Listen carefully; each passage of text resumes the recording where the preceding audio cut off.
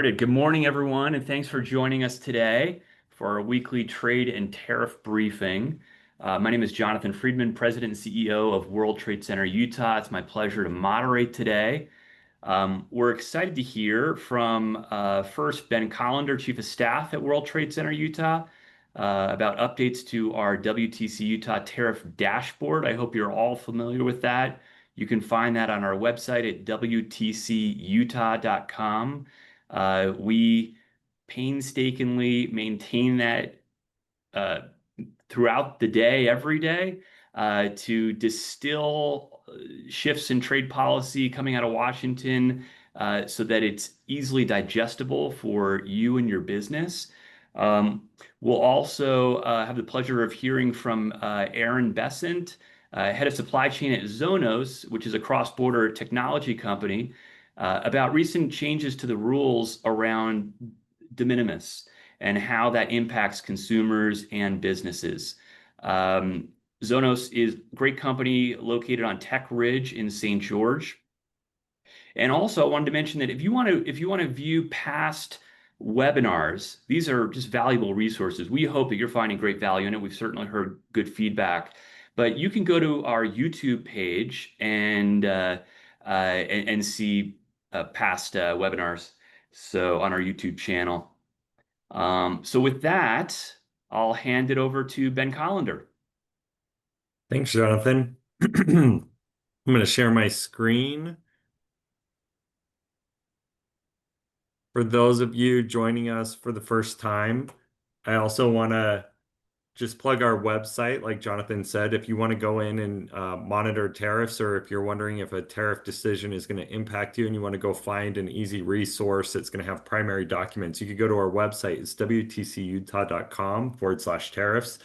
We also have a link for these Friday webinars. So if you want to share it with another business that you know may have some Q&A about tariffs, this is a good, easy drop in to come join us on Friday mornings and have a chat about the latest on tariffs. So just this week, we've got four updates we want to go into briefly. The first was just, I'm going to start with the deals dashboard because, we've come to an agreement with Japan that's worth highlighting very briefly this morning. This came out yesterday evening, an agreement between the White House and Japan on, reduced tariff amount to 15% on Japan. In exchange, Japan, and it has a list of items here as well, committed 550 billion into the US, agreed to purchase some Boeing planes, other defense spending as well, and reducing some non-tariff barriers. So the full details are here in our resources link. But I'm going to go back to some of the tariffs that we're tracking here on our dashboard. So this is not a tariff per se, but will impact tariffs significantly depending on the decision of the court. So the IEEPA tariffs, as many of you know, are some of the most acute tariffs in terms of timing, how fast they come out, how large they are, and the global scale. So these tariffs were announced on September 3rd that the Trump administration is appealing to the Supreme Court the appellate decision from a lower court on these tariffs. So the decision as it stands now is that the tariffs are not legal. However, this is being appealed to the Supreme Court. The Supreme Court's probably going to pick this case up, and or consolidate these cases into a wider pool of decisions around the president's authority and ability to enact tariffs in this way. So stay tuned. There is a stay in place until October 14th. So that we'll get more news about what the Supreme Court's going to do and whether that's going to be extended or heard and what those timelines look like. So we'll continue to keep this group updated as we hear more. Another tariff to be tracking is actually from the last administration, but we received another update to the 301 tariffs from 2024. So, and in fact, they even date back earlier, but these had some exemptions that continuously get extended, and those were extended again until November 29th of 2025. So this gives some room to continue to negotiate with with China as well. Um, while we understand the full landscape of what tariff negotiations will look like with China. So something that was anticipated and they expired in August, but the day before they expired, they were extended again. So finally, and this bridges us into our content for today. We're gonna, we had a tariff go into effect. This was not this week, but last week, and we had last week off due to the holiday. But the de minimis decisions from the Trump administration. So we've got the full list of impacts here, but essentially and Aaron's going to go more into de minimis and some of the background on de minimis. But the Trump administration suspended the de minimis loophole on all goods coming into the United States that are below $800 in value. So, what you can expect to see now is essentially higher price for goods that you bring in, a cost associated with the products that depends on the country's location. So, the importers can oftentimes determine whether they're going to assess the tariff value or these individual rates based on the tariff value. And this can get a little confusing, and we can answer some Q&A around it, but we do have the details on our dashboard, so you could go back and reference it and look at all of the details of the orders and notifications from customs. So one thing I do want to go into before I hand it off to Aaron is a CSMS qualified importer. So I'm going to click that link, scroll down, and the very first company on the qualified importers list, I'm just calling you guys out, is Zonos. And so you guys are famous for being the first mover on the qualified importer list. So congratulations. And Yeah, with and I somehow that, I drew the sharing short my straw for screen. getting my name put on there in my email. So I've been getting spammed with all sorts of email for the last month. So this has been great. Yeah, it made it easy for us to reach out to you and schedule this webinar. So Yeah, some oh, awesome. upside. Awesome. Yeah, and honestly, we're deep in all the postal stuff too. So happy to talk through kind of the nuances between postal versus the commercial lane, what's happening coming into the US. So um but we should probably talk a little bit about de minimis in general, right? And kind Yeah, of that sounds the history of that. But just give a little background on why I even care about de minimis and why I have a T-shirt that was custom made that says de minimis on it with a definition. Is and actually we have at Zonos we also have a podcast that Clint Reed, our CEO, and I do regularly, and we've had multiple episodes talking about de minimis, and there's some that just talk about de minimis in general around the world because this is not just a US thing. There's de minimis going on around the world. So if you want to dive into it, we have a quirky, weird podcast where we actually I have to make sure we bring a good dad joke to every podcast, and we just have a loose conversation, just talking about the realities of cross-border e-commerce. Because Zonos we're heavily focused. We're a technology company. We help e-commerce companies sell globally. We're really hyper focused on the low-value goods shipping around the world, which is why we're well positioned to help with the de minimis changes here in the U.S. But and my history is my background before coming to Zonos is I was their customer at Rocky Mountain ATV. I helped figure out the international stuff there from for shipping around the world. So we help companies localize their website. We help companies calculate duty and tax at checkout anywhere in the world. But the one area we never really had much need is foreign sellers shipping into the U.S. because there was rarely ever any tariffs being applied because we have an $800 de minimis coming into the U.S. And what that means is, if you go back in time, it made a lot of sense before e-commerce became what it is today, where shipments were, typically higher value bulk shipments coming into each country, and there's just a certain value threshold where the labor just didn't make sense to try to assess and collect the tariffs on low value shipments.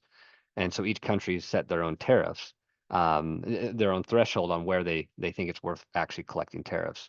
Um, and every country around the world scrambling to lower that, by the way, because now as the influx of low value shipments has gone through the roof over the last couple decades, there's a lot of lost revenue on with many countries, so everyone's adjusting for that. In the US, we did something odd though. Back in 2017, we took it from what was a $200 de minimis and quadrupled it to 800. And this created this massive loophole where we all see lots of shipments that an inventory that's parked in Canada or Mexico over the years, and then just a bunch of small shipments coming into the US, which creates a lost revenue for the government, but it also creates a competitive advantage for local companies that are importing goods, paying the tariffs on them and having to sell locally, and they're competing against companies that are skirting the tariffs altogether. And so this has been a massive bipartisan issue for years now to get rid of that loophole, and to assess tariff on everything. The big beautiful bill has it going into effect in 2027, but the administration with the executive order just got rid of it now. And so that's where the disruption happened. They tried doing it in February, and it didn't work because of the postal stream. They weren't ready. So to give you an idea of, your UPS, FedEx, DHL, all your commercial carriers, they have systems to where they can collect the duties at delivery now. They do it all over the world. They just need to turn on those same systems for the US. They were ready, but the postal stream was not, because here in the US, they rarely have to collect at delivery. The duty assessment's done by CBP, and no joke, it's done by a guy named Larry, who's close to retirement age, and he's manually typing with one finger all the entries that are over 800. And so if you took, and that's a very small percentage of them, and now if Larry has to try to do assess duty on everything under $800, it's not possible. And so they lowered they got rid of the de minimis in February with an executive order, and it was a matter of hours before it quickly got put back into place. And then it was like, okay, when systems are in place, we're going to get rid of this again. So Larry raised the red flag and said, I can't do it. I can't do it all. Exactly. Oh, yes. And poor Larry, he's got a lot on his plate right now. So they came out with a they in April, they got rid of it for Chinese made goods. So what they did is they said, okay, in April, we're getting rid of the de minimis for anything that's manufactured in China and anything coming from China and Hong Kong post. Well, and then they put the burden for the postal stream on the airlines, that you guys got to be responsible for collecting tariffs before it ever comes in. And the airlines are like, that's not what we do. And so they just shut it down. So there's been no shipments coming from China and Hong Kong post for a few months now. And so fast forward to August, and that's when they came out and said, okay, we're going to get rid of de minimis across the world now, for all goods. And in the postal stream, what they did is they said, well, the airlines aren't going to do it, so we're going to give an alternative option for a qualified party to step in place and handle the collection and remittance of duties with all of these foreign posts to Customs and Border Protection. And that's where we come in. And that list you saw there was a list of the qualified parties. And we've been actively engaged in DC all summer long, trying to figure out how to help put these systems in place and make this work. And so we've been in a mad dash this last month helping the likes of Canada Post, Royal Mail, Australia Post, New Zealand. We've got a laundry list of posts that are going to be shipping into the US, that are using our tools and our solutions to help collect the duties actually before they ever ship, so they're not collected on delivery in the postal stream. And then the commercial stream can still be collected on delivery. And so what you have now is a lot of backlash from US consumers that are buying goods from overseas that normally was duty free, and all of a sudden now they're getting tariffs asked of them before they can deliver, along with a bunch of collection fees. And so they're just getting a lot of refused packages. So there's a lot of disruption happening now over the past week or so. And so it's going to definitely have a big impact on buying behavior for US consumers, and also increasing the price of how they can source goods from vendors overseas, and which could actually create an advantage for local businesses that are selling locally, because they have now, it's a little more comparable when it comes to the cost of selling the goods to US consumers. So that's kind of a lay of the land of where we're at and where we're at today. And maybe there's some small businesses that historically have been bringing shipments in for inventory that are under 800. That's gonna increase their cost. That's just kind of a nature of the change as well, that everyone has to account for. But Overall, that's kind of my 10,000-foot view, just run over of everything going on and what's happening right now when it comes to de minimis. But the U.S. went from basically the highest de minimis in the world, and we just let goods just flow in like no other. And on top of that, there's a massive security component to that, because when you start collecting tariffs, and it puts a lot more scrutiny and forces the systems and everything to be put in place to know what's coming, what's in the box, and what's coming into the country. And that's another major component of this, and actually probably the biggest catalyst to this being part of the IEPA stuff as well, and in that executive order, and why it needs to get shut down. So, Jonathan, I'd like to jump in with a question and also remind our audience that they can jump in and ask questions as well. One, would you like to plug your podcast where businesses, we have Utah businesses on here, and maybe they just want to have this going in the background, and learn a little bit more about the de minimis issue? Where would they go to find more about your podcast? Yeah, it's on all the major platforms, but decoding cross-border e-commerce, you look up Zonos, and you'll see, we've got tons of episodes out there on all different topics about selling globally. So if you're a business trying to expand your market reach outside of the US, that's where our solutions really come in. And that podcast is a great education tool on how to sell around the world and all the different things that are going on, de minimis being one of them. But yeah, decoding cross-border e-commerce with Zonos, you can find it. YouTube, all your Apple podcasts, you name it, everywhere. So Great. And it brings me to my other question as well is, you're dealing with businesses in the space every day. What are you seeing from those businesses? What sort of guidance would you have for the wider Utah business that may be facing some of these de minimis situations, either in a positive way, a negative way, or if they're thinking of going global? What sort of advice might you have for these companies that, you're working with, but you can get out to a wider audience as well? Great question. Honestly, if you're bringing goods into the U.S., just understanding what's going on, and I think you did, at the beginning of this, that's really what you were going through, is all the changes, understanding what your costs are going to be. Last thing you want to do is lose money when you're selling goods. So understand that if you're bringing in a lot of micro shipments under $800, that you're going to have extra costs associated with it. It's also interesting to know that if you bring it in postal, it's cheaper than if you bring it in commercial. So they have some nuances on how the tariffs are calculated in the postal, where only the IEPA tariffs apply and all the other tariffs do not. So that's an interesting nuance. If you do have small shipments, that could be a lane that you actually leverage now, when maybe you hadn't in the past. Is there any And then special, designation or anything they need to fill out in order to ensure that they benefit from that distinction? as far as the between postal and commercial, Yeah, or is it just a matter of it's shipping by, post?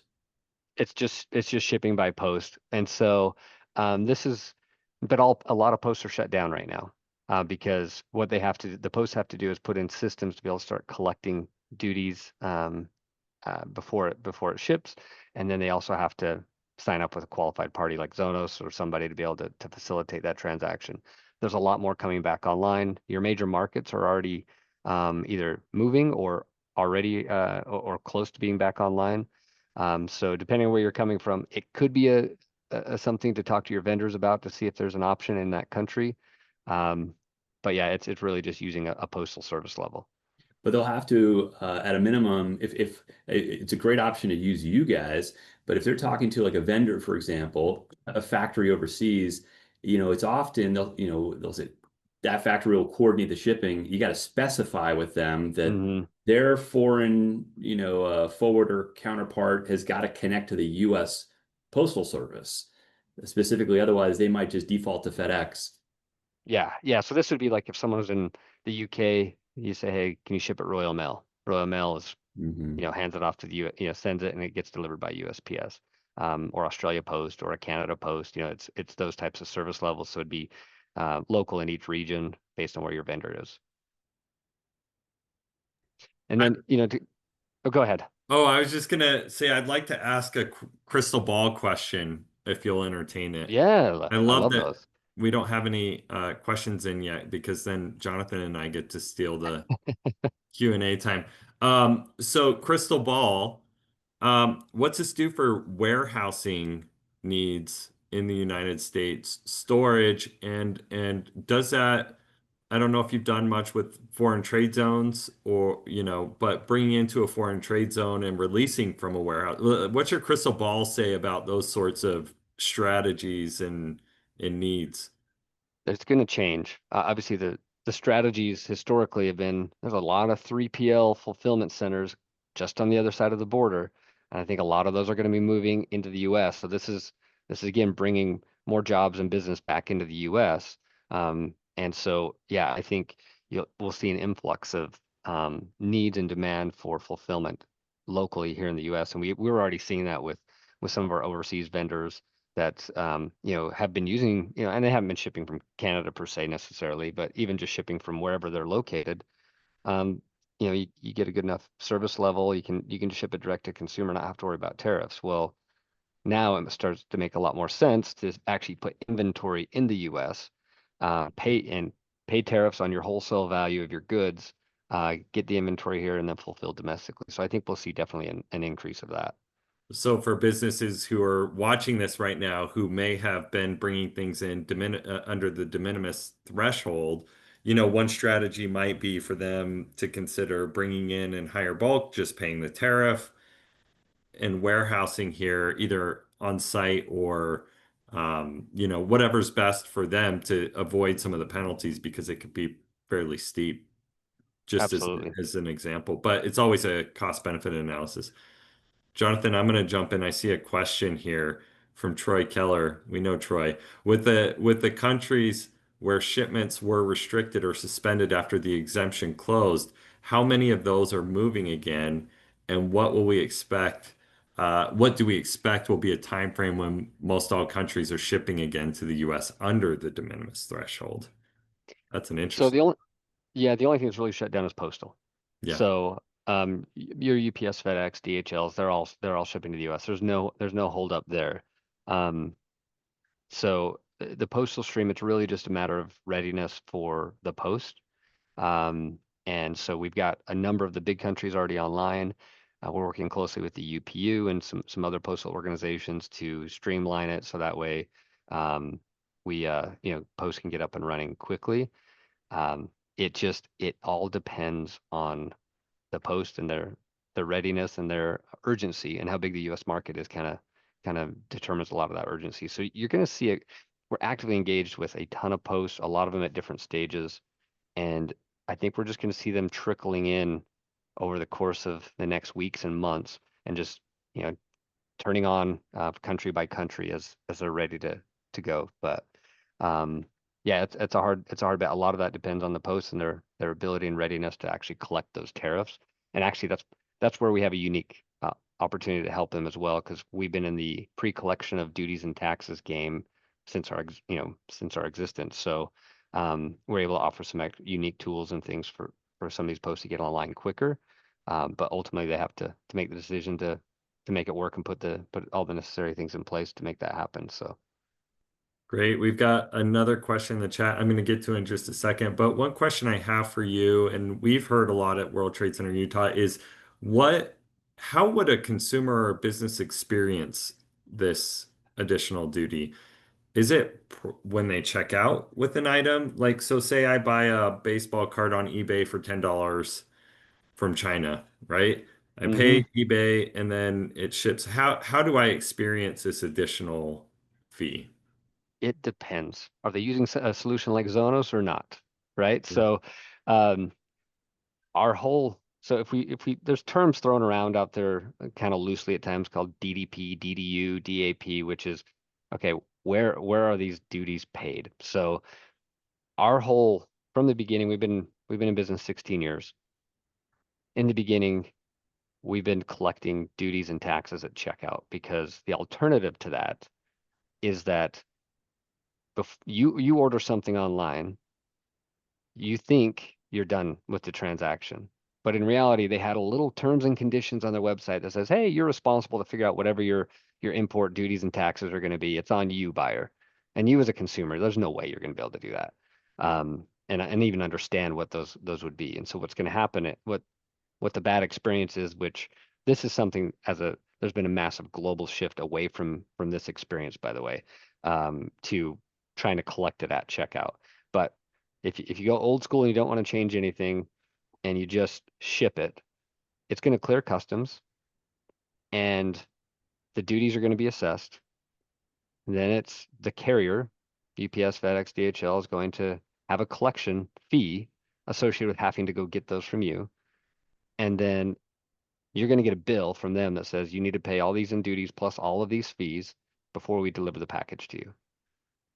And you're going to say, wait a minute, that's all as much or more than what I paid for the product, because those fees are not, it's not cheap for these carriers to have to hold these packages and try to collect from you. So there's expensive fees, justifiably so, for them to have to go through this process.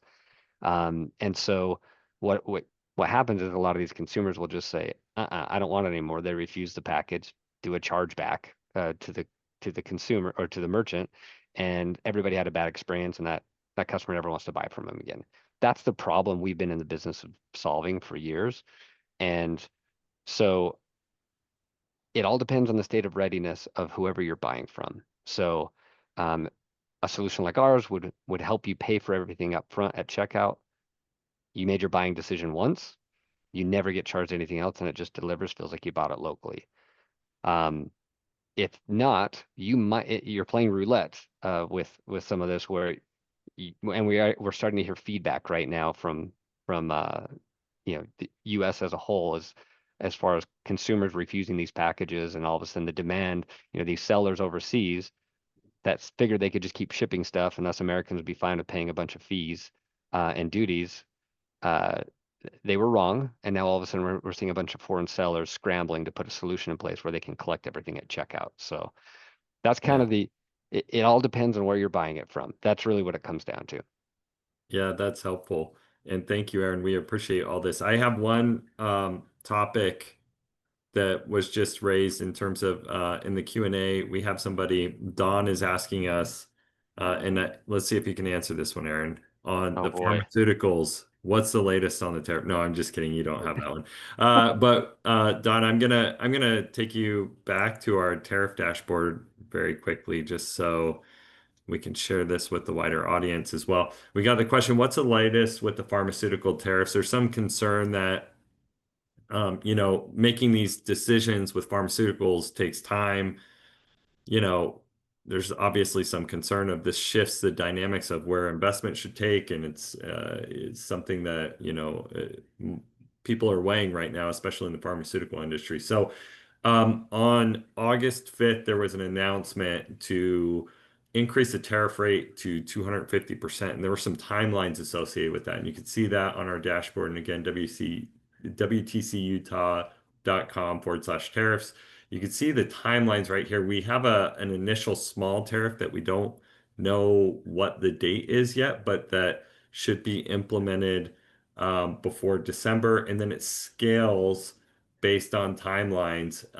We're gonna make sure some of these dates are in the past, but we haven't heard, or no, actually, this one could starting in May of this year, but we haven't seen it yet. But it scales over time is the important part. And it ultimately scales to up to 250% based off of the August 5th timeline. So as we get more details on that, we'll be sure to track and share. But right now, this one is a unique 232 tariff, which is more based on national security issues. It's a unique one because it doesn't just start at 25% and just hang out there, but rather it scales, and it's a bit higher than the other tariffs. So that's the latest that we're tracking now, but we'll look into that between this webinar and the next one, make sure we have the latest and most up-to-date information on that. So thanks for the question, Don. Jonathan, you want to bring us home? Yeah, absolutely. Just want to thank you both so much for your time today. Thank everyone for tuning in. This has been really helpful. Some people are really dialed in on de minimis, but I think the majority of businesses are less aware. There are some great pointers in there, such as post office. Of course, there's what happens if the post is down though, and then that benefit is at least temporarily suspended. So, but continue to use us as a resource. We'll tie you in to Aaron as well in Zonos. Check out his podcast. That sounds like a fantastic. I look forward to looking into that. And then also monitor our World Trade Center Utah communication channels and our website for any additional information. Feel free to send us an email. We have lots of great events, so sign up for our newsletter to receive updates. So anyway, thank you all. Thank you, Aaron. Thank you, Ben. And thank you all for joining us today. We'll see you.